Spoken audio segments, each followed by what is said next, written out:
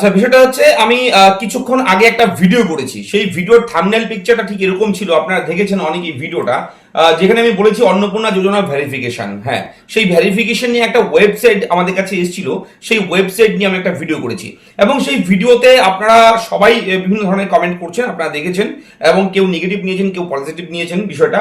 তো বলে রাখি, আরো রিসার্চের মাধ্যমে আমরা আরো খোঁজ খবর করলাম এই ওয়েবসাইটটা নিয়ে, এবং যেটা জানতে পারলাম সেটা আপনাদের সঙ্গে শেয়ার করছি। মন দিয়ে শুনবেন।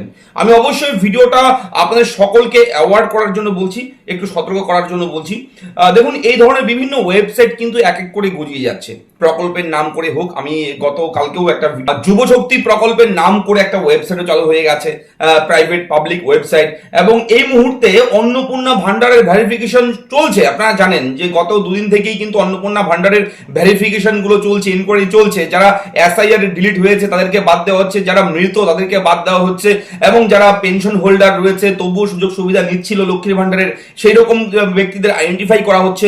তো এগুলো করে ঝাড়াই বাছাই করে তারপর কিন্তু এই প্রকল্পের আবেদনটা শুরু করবে। ফর্ম চালু করবে 1 তারিখ, আগামী মাসের 1 তারিখ থেকে অ্যাপ্লিকেশন ফর্ম চালু করা হবে, এবং তখন আপনারা অনলাইনের মাধ্যমে অ্যাপ্লাই করতে পারবেন। এবং এই ভেরিফিকেশন প্রসেসটা কিন্তু টোটালটাই গভর্নমেন্টের ব্যাপার, সরকারি ব্যাপার, সরকারি কাজ। ভেরিফিকেশন আপনার করতে হবে না, আপনাকে ভেরিফিকেশন করবে গভর্নমেন্টের যারা দায়িত্বে আছে, সরকারের যারা দায়িত্বে আছে, এই দায়িত্বে তারা কিন্তু ভেরিফিকেশন করবে। এবার ভেরিফিকেশন আমার করতে হবে না, আপনারও করতে হবে না। কিন্তু আপনারা এটা জানেন সবাই, কিন্তু যে ওয়েবসাইটে চালু হয়েছে সেই ওয়েবসাইটটা হচ্ছে, আমি অন স্ক্রিনে লিখে দিচ্ছি ওয়েবসাইটটা www.ayn24p.in। দেখুন, এই ওয়েবসাইটটা কি করে বুঝবেন আপনি সরকারি ওয়েবসাইট? সরকারি গভর্নমেন্টের ওয়েবসাইটে তো জিওভি থাকে, gov.in এরকম থাকে, গভর্নমেন্টের একটা কিছু থাকে, লেখা থাকে। তো এটা কোনোভাবেই কিন্তু এটা মনে হচ্ছে না এটা সরকারি ওয়েবসাইট।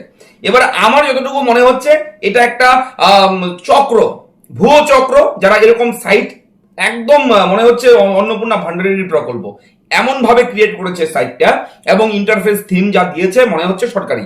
কিন্তু দেখবেন ভেতরে যাওয়ার পর, আমি এর আগের ভিডিওতে দেখিয়েছি, যেখানে ব্যাংকের অ্যাকাউন্ট নাম্বার, আধার কার্ড নাম্বার, ঠিক আছে, ভোটার কার্ড নাম্বার দেওয়ার জায়গা চলে এসছে। বাস ওগুলো দিয়ে নিচে কিন্তু কি লেখা এসছে, সবার নিচে থাকছে কি, সাবমিট ভেরিফিকেশন। এবং এখানে 12 ডিজিটের আধার কার্ড নাম্বার চাইছে, আধার কার্ডের ছবি চাইছে, এপিক নাম্বার চাইছে, তার পাশে কিন্তু এপিক এর আপনার ভোটার কার্ডের যে ছবিটা সেটাও চাইছে, ইমেজ চাচ্ছে। তার পাশাপাশি এখানে আপনার এই অ্যাকাউন্টের সঙ্গে আধার লিঙ্ক আছে কি, যদি থাকে ইয়েস করবেন, এবং আপনি পূর্বে এসআইআর ট্রাইব্যুনালে আবেদন করেছেন অথবা সিএ এর অধীনে আবেদন দাখিল করেছেন, হ্যাঁ বা না। তো এই তথ্যগুলো চেয়েছে। তো বলে রাখি, সরকারের পক্ষ থেকে এটা নিয়ে বিজ্ঞপ্তি আসেনি এখনো সরকারি নোটিফিকেশন কিংবা নিউজ ফ্ল্যাশ হয়নি, প্রেস মিডিয়া কনফারেন্সের মাধ্যমে বলবে, ঠিক আছে। এবং মন্ত্রী যে অগ্নিমিত্রা ম্যাডাম রয়েছে, উনিও কিন্তু এখনো কোনো রকম বক্তব্য দেয়নি মিডিয়াতে যে আপনারা করে নেবেন। এটা অবশ্যই বলে রাখি, এটা মনে হচ্ছে ফেক। আপনারা আগেই কেউ এখানে, আমি এর আগের ভিডিওতেও বলেছি, এখানে কিছু করতে হবে না। আগের ভিডিওটা মন দিয়ে শুনলে বুঝলে আপনি দেখবেন, আমি ভিডিওর শেষের দিকে বলে দিয়েছি যে এখানে যে সেকশনটা রয়েছে এটা কিছু করতে হবে না, আপনারা কেউ এটা করবেন না। এবার আবারও বলছি, হয়তো অনেকেই কেটে কেটে ভিডিও দেখে ইউটিউবে, অনেক বড় বড় ভিডিও ইউটিউবে, তো অনেকেই কেটে কেটে দেখে।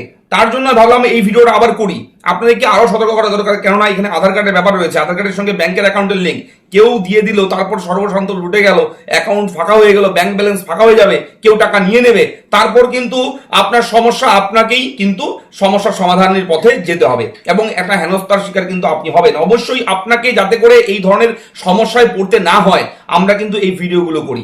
এবং বলে রাখি, এখানে এই ফর্মে কোনো কিছু করতে হবে না এখনই, ঠিক আছে, এখনো সময় আছে।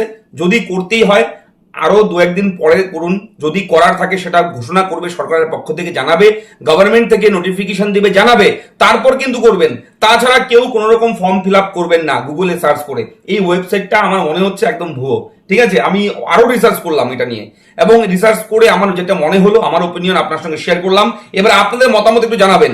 অবশ্যই কিন্তু এই রকম আপনারা চক্করে কেউ পড়বেন না, আমার মনে হচ্ছে এটা কোনো ভুয়ো চক্র, ঠিক আছে। এবার আপনি মন্তব্য আপনার কমেন্টে লিখে জানান, যে আমার কথার সঙ্গে যদি মিলে যায়, যদি মনে হয় হ্যাঁ শুভঙ্কতা ঠিক বলছে, তাহলে একটু কমেন্ট করে জানাবেন, আর ভিডিওটা শেয়ার করবেন, যাতে করে সবাই এই ওয়েবসাইট থেকে একটু সতর্ক থাকে। এবং আরেকটা বিষয়, সেটা হচ্ছে শুধুমাত্র নর্থ 24 পরগনা ডিস্ট্রিক্টের শুরু হয়েছে। পশ্চিমবঙ্গে কি একটাই জেলা? শুরু হলে তো সমস্ত জেলাতেই হবে, শুধু এই জেলাতে কেন?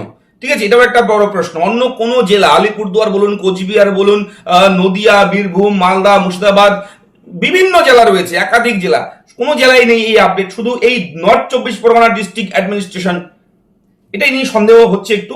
তো যাই হোক, আপনারা সতর্ক থাকবেন, এই হচ্ছে আপডেট, আপনার সঙ্গে শেয়ার করলাম। কেমন লাগলো আপনি লিখে জানাবেন, চ্যানেলটাকে সাবস্ক্রাইব করবেন, কোথাও কোনো রকম ডাউট থাকলে কমেন্ট করে জানাবেন। ধন্যবাদ।